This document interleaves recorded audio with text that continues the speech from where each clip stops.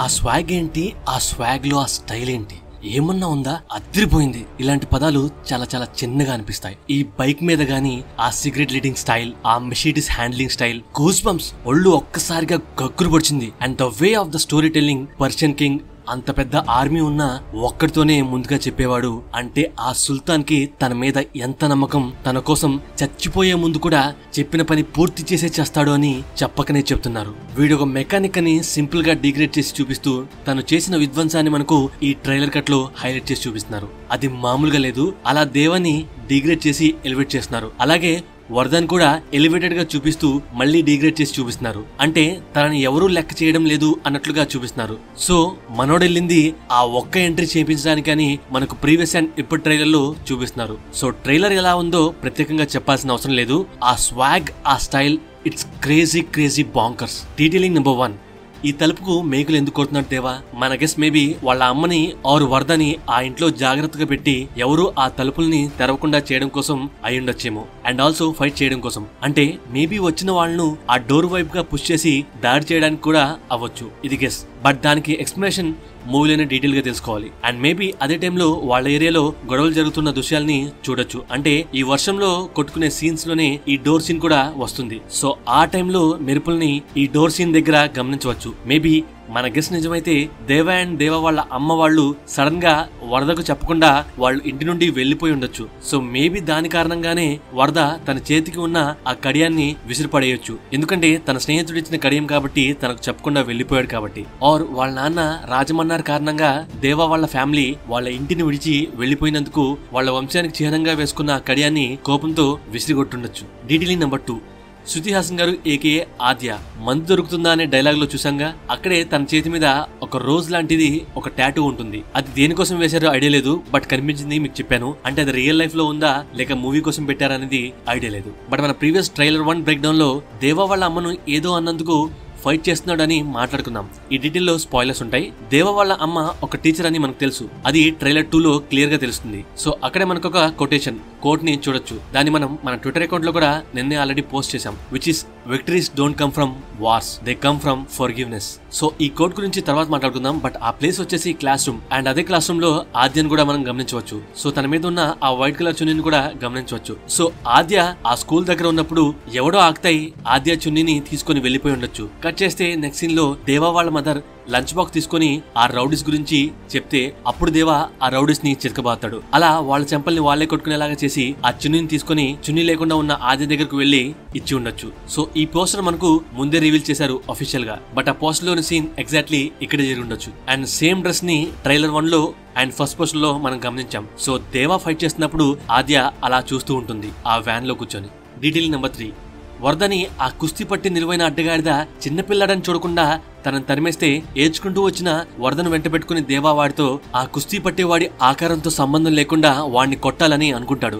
So ఇదే బీజం, గుర్తుపెట్టుకోండి. సో ఈ డీటెయిల్ లో దేవా ఆ కరెంట్ వైర్ ని పట్టుకుంటాడు. అందుకనే తనకు ఆ నరం ఆ అరచేతి నుండి మెడ వరకు ఉబ్బింది, చిట్లింది అని చెప్పడం లేదు. సో అది ఆల్రెడీ మీరందరూ గెస్ చేసే ఉంటారు. బట్ ఇక్కడ డీటెయిలింగ్ ఏంటంటే ఎగ్జాక్ట్లీ ఆ వైర్ ని పట్టుకున్న తర్వాతే దేవా చేతి మీద స్పార్క్స్ లైక్ మెరిసినట్లుగా మనకు ట్రైలర్ లో చూపించారు. సో మూవీ టీం ఈ విఎఫ్ఎక్స్ సీన్ దగ్గర చాలా చాలా కేర్ తీసుకున్నారు. అయితే ఇందాక ఇదే బీజం అన్నానుగా, this is the first moment in Deva's life as well as Varada's life. అంటే వరద కోసం దేవా ఏదైనా చేస్తాడు, తనకు మించిన శక్తిని, పవర్ ని, బలాన్ని, దేన్నైనా సరే తన స్థాయిని మించిన దాన్ని, అది మనుషులైతేనేంటి, రాజ్యాలైతే ఏంటి, దేన్నైనా సరే దేవా ఆకారాన్ని బట్టి కాదు, గుడ్డిగా మొండిగా అలా అమాంతంగా ఒక ప్రళయం లాగా పడిపోతాడు. వెనక ముందు ఏముంది అనేది చూసుకోడు. అలా బరిలోకి దిగిన తర్వాత సందర్భాన్ని, సమయస్ఫూర్తిని వాడతాడు. లైక్ ఆ కుస్తీ మనిషిని కొట్టడానికి ప్రాణం పోయినా సరే ఆ వైర్ని పట్టుకుందాం అనుకోవడంలో.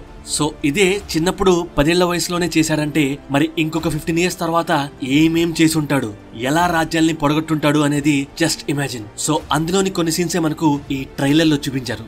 Detailing number 4. ఈ సీన్ లో మేబీ మన్నార్ ఫ్యామిలీ చెందిన ఒక పర్సన్ చనిపోయినట్లుగా చూపిస్తున్నారు. సో ఆ వ్యక్తి ఎవరో మనకు ఐడియా లేదు. సో తనకు వాళ్ళ ట్రెడిషన్ ప్రకారం ఆ మాస్క్ వేసి ఒక పరుపు లాంటిది దానిపైన ఉంచి ఆ కట్టెల్ని పేర్చిన దృశ్యాల్ని మనం గమనించవచ్చు. ఆ హెయిర్ స్టైల్ ఒకసారి చూడండి, అది ఎవరికి మ్యాచ్ అవుతుందో ఒకసారి గెస్ చేయండి. అది దేవా కాదు కదా? డెఫినెట్లీ ఇట్స్ నాట్ వరద.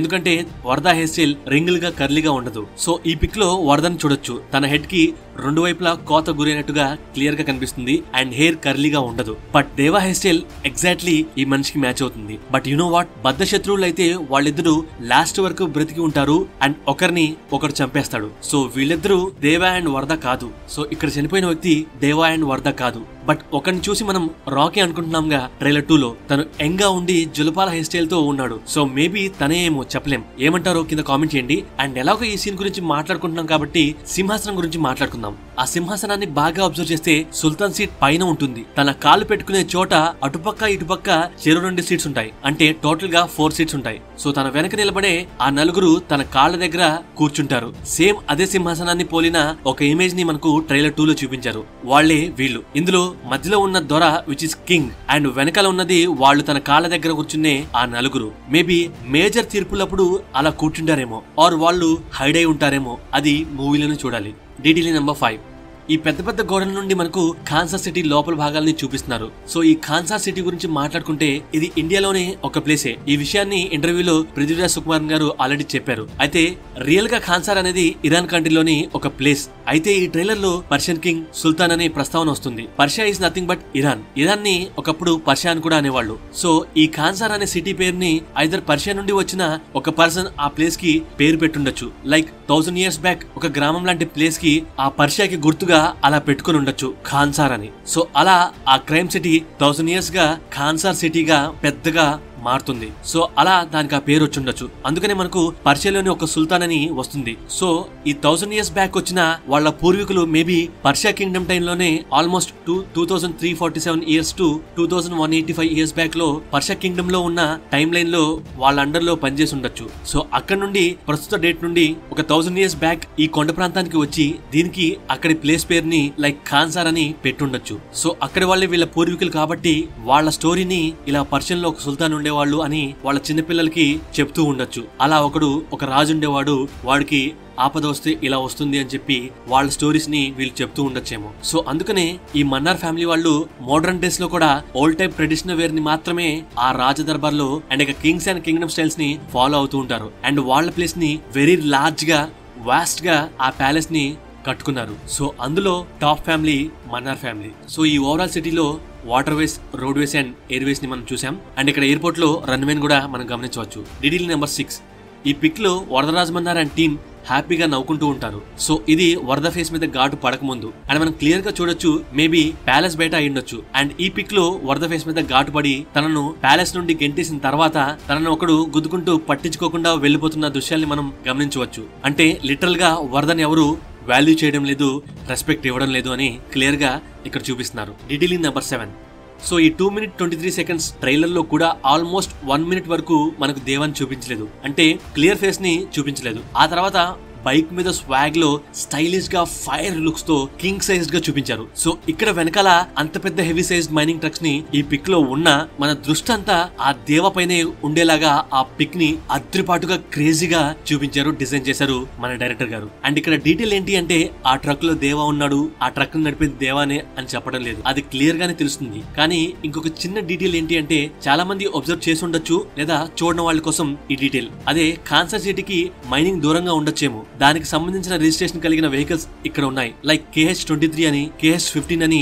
ఆల్మోస్ట్ ఆ మైనింగ్ ట్రక్స్ అన్ని కాన్సర్ సిటీ వాళ్ళకి చెందినవే. మేబీ ఈ మైనింగ్ కూడా ఆఫ్ కోర్స్ వాళ్ళకి చెంది ఉండొచ్చు. అండ్ మిసైల్ పేలి పడిపోయే లారీకి KA అని రిజిస్ట్రేషన్ ఉంటుంది. సో ఇక్కడ KA అంటే మేబీ కర్ణాటక కాకపోవచ్చేమో, ఇట్స్ ఆల్సో కాన్సర్ అయి ఉండొచ్చు. అంటే కాన్సర్ సిటీ బయట తిరిగే వెహికల్స్ కి KH అని రిజిస్ట్రేషన్ ఉండొచ్చు like mining trucks. And cancer city లోపల తిరిగే వెహికల్స్ కి KA అని రిజిస్ట్రేషన్ ఉండొచ్చు.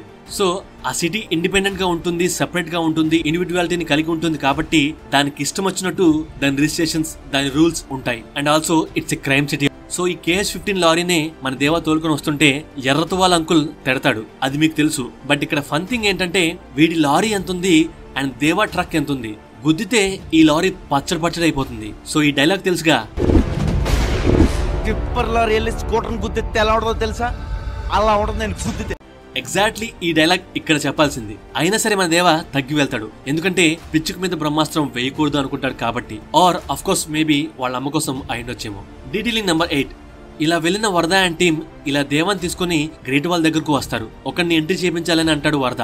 సో ఆ రిజిస్టర్ లో ఖాన్ సార్ ఎంట్రీ అని ఉంటుంది అండ్ G1 అంటే గేట్ 1 అండ్ అప్పటికే 479 మెంబర్స్ దేవా వచ్చే టైం కి ఆల్రెడీ ఎంట్రీ అయ్యారు. మేబీ ఖాన్ సార్ లో ఉండేవాళ్ళు, మేబీ పనిచేసే వాళ్ళు అయి ఉండొచ్చు అండ్ మేబీ దేవా నెంబర్ వచ్చేసి 480. సో ఖాన్ సార్ లో ఆ రోజు ఎంట్రీ అయిన 480th పర్సన్ మన దేవా. Detailing number 9.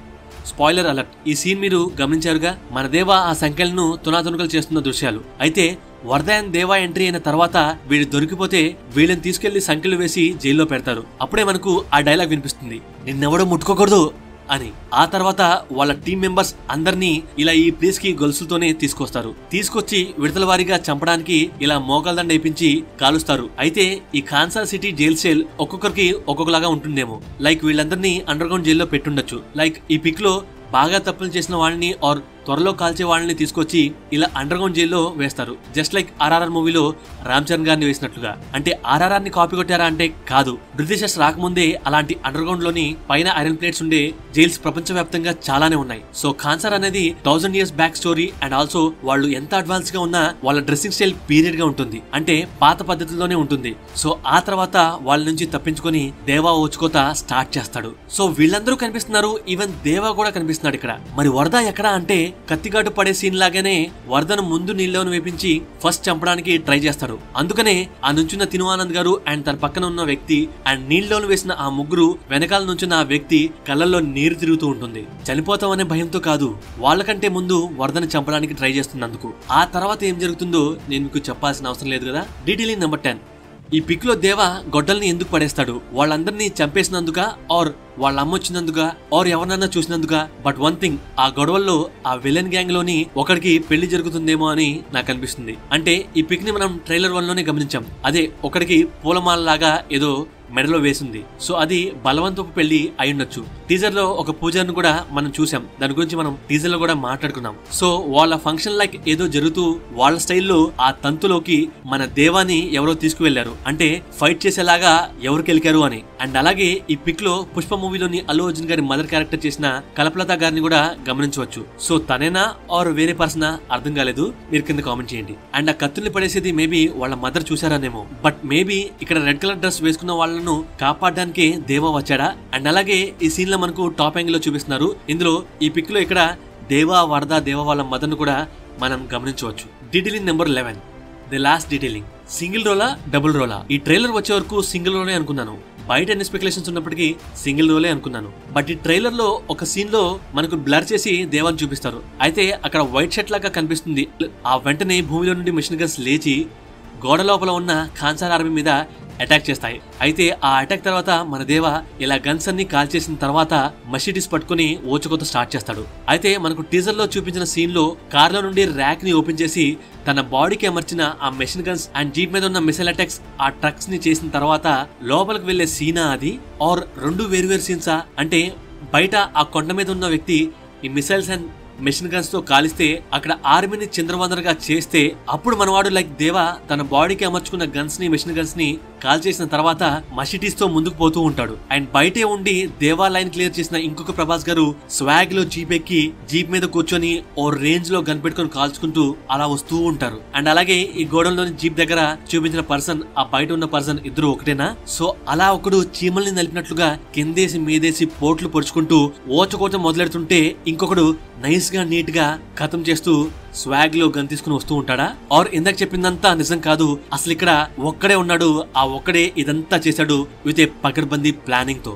లైక్ ఇందాక చెప్పినట్లుగా అలా కొండపై నుండి మెషిన్ గన్స్ ని ప్రీలోడ్ చేసి ఆటోమేటిక్ గా జీప్ లో నుండి మిసైల్స్ దానంతటా అదే కాల్చేలాగా టైమర్ పెట్టుకుని ఆ ర్యాక్ ని ఓపెన్ చేసి బాడీకి గన్స్ తగిలించుకొని అటు మెషిన్ గన్స్ మిసైల్స్ కాలుస్తుంటే ఇటు మనవాడు అమాంతంగా మీద పడుతున్న ప్రళయం లాగా వాళ్ళ మీద విజృంభిస్తున్నాడేమో అని అనిపిస్తుంది. ఏదైనా సరే ఆ యాక్షన్ బ్లాక్ ఉంటుంది, క్రేజీ అయిపోతాం అంతే. అండ్ ఈ సీన్ చూసారుగా, జనరల్ గా రెండు మెషిటీస్ పట్టుకుని నరుకుతున్న దృశ్యాన్ని మనకు చూపిస్తున్నారు. ఇందులో ఏముంది అంటే చాలా ఇంటెన్స్ డీటెయిల్ ఉందండి. అదే చాలా సినిమాల్లో రెండు మెషిటీస్ పట్టుకుని నరికిన హాలీవుడ్ మూవీస్ మన మూవీస్ చూసే ఉంటాం, కానీ ఇంత ఇంటెన్సిటీతో చూసి ఉండకపోవచ్చు. అంటే ఆ హ్యాండ్ పవర్ కి జస్ట్ అలా క్రాస్ గా కట్ చేస్తే చాలు అవతల వాడు పడిపోతాడు. కానీ ఇక్కడ దేవా ఎంత ఫోర్స్ యూజ్ చేస్తున్నాడు అంటే అలా క్రాస్ కట్ చేస్తే ఆ ఫోర్స్ కి ఆ 2 చేతులు ఆల్మోస్ట్ వెనక్కి వచ్చి తగిలేలాగా ఆ పవర్ ని ఆ ఫోర్స్ ని యూజ్ చేస్తున్నాడు. అంటే ఆ ఇంటెన్సిటీ ఆఫ్ కోపం ఆ కట్ చేసే వ్యక్తి మీద కాదు, ఓవరాల్ గా అందరి మీద ఈక్వల్ గా డిస్ట్రిబ్యూట్ చేస్తున్నాడు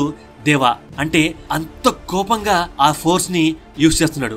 ఏం పవర్ స్వామి అది, అంత కోపంగా బలంతో ఫోర్స్ఫుల్ గా కొడుతున్నాడు, కట్ చేస్తున్నాడు. ఇదే కాదు, ట్రైలర్ చూసినప్పుడు ఒక్కసారిగా ఒళ్ళు గగ్గడిపుచ్చిన డీటెయిల్ ఏంటో తెలుసా? ఈ టాటూడ్ మెషిటీస్ సీన్. జనరల్ గా దేవా తన లెఫ్ట్ హ్యాండ్ ఉన్న నరాన్ని షర్ట్ తో కప్పుకోవడం ఇష్టం. బట్ షర్ట్ రక్తంతో ప్రతిసారి తడిచిపోతుంది కాబట్టి ఈ కాన్సాస్ సిటీకి వచ్చిన తర్వాతే దేవా తన లెఫ్ట్ హ్యాండ్ కి ఆ నరం పైన టాటూ వేపించుకుంటాడు. ఎందుకంటే ప్రీవియస్ సీన్స్ లో పుష్పరాజ్ మదర్ క్యారెక్టర్ ఉండే సీన్స్ లో తన చేతి మీద టాటూ కనిపించదు. అండ్ అలాగే ఈ మషిటీ సీన్ తర్వాత కూడా వరద దేవాను కలిసి యుద్ధం చేస్తాడు. సో అప్పుడే వరద నాకు అన్ని కావాలి అని అంటాడు. అయితే ఈ సీన్ లో దేవా 2 మషిటీస్ తో కట్ చేస్తున్నప్పటికీ సరిపోవడంలా. అంటే మేబీ దేవాకి సాటిస్ఫాక్షన్ కలగడం లేదేమో, ఏదో కట్టి పుల్లలను పట్టుకుని అటు ఇటు ఊపుతున్నట్లుగా అనిపిస్తుందేమో కానీ ఊపు సరిపోక 2 మషిటీస్ ని కలిపి బరువుగా చేసుకుని ఇప్పుడు నాకు వెయిట్ సరిపోతుంది అన్నట్లుగా ఆ రెండింటిని కలిపి నరుకుతుంటే ఆ వెయిట్ గా ఉన్న 2 మెషిటీస్ ఒక్కసారిగా రౌడీస్ మీద పడితే అవి చేసే ఓచకోత ఎలాగుంటుందో తెలుసా? ఓచకోత మారణకాండ అని ఎక్కడెక్కడో ఎన్నోసార్లు వినే ఉంటాంగా. నిజానికి మారణకాండ అంటే ఓచకోత అంటే ఇలాగా ఉంటుంది అని అది కళ్ళారా చూసి ప్రాణాలతో బ్రతికిన వాళ్ళు అనునిత్యం భయపడుతూ దాన్ని నెమరు వేసుకుంటూ ఉంటారు. సో చిన్నప్పుడే చూసారుగా, దేవాకి చెంచనగా ఉంటే కంటికి ఆనదు, ఏదైనా సరే సాలిడ్ గా అవతల వ్యక్తి వణికిపోయేలాగా చేస్తాడు. సో ఇది మనకు ట్రైలర్ లో కొన్ని సీన్స్ లో మాత్రమే చూపించారు. నాకైతే ప్రశాంత్ నీల్ గారి మీద గట్టి నమ్మకం. ప్రభాస్ గారి కటౌట్ కి ట్రైలర్ లోనే ఎలివేషన్స్ పీక్స్ లో ఉన్నాయంటే మూవీస్ లో dialogues, gestures, solid fight elevations ఏ లెవెల్లో చేసి ఉంటారో గెస్ట్ చేస్తేనే ఒళ్ళు గగ్గురు పొడుస్తుంది. 2 ఖడ్గాల్ని ఆ పెద్ద పెద్ద మషిటీస్ ని కలిపి ఒక చేత్తో పెట్టుకొని ఆ వెయిట్ తో ఒక్కొక్కడిని నరుకుతుంటే అది ఎంత అరాచకంగా ఉంటుందో తెలుసా?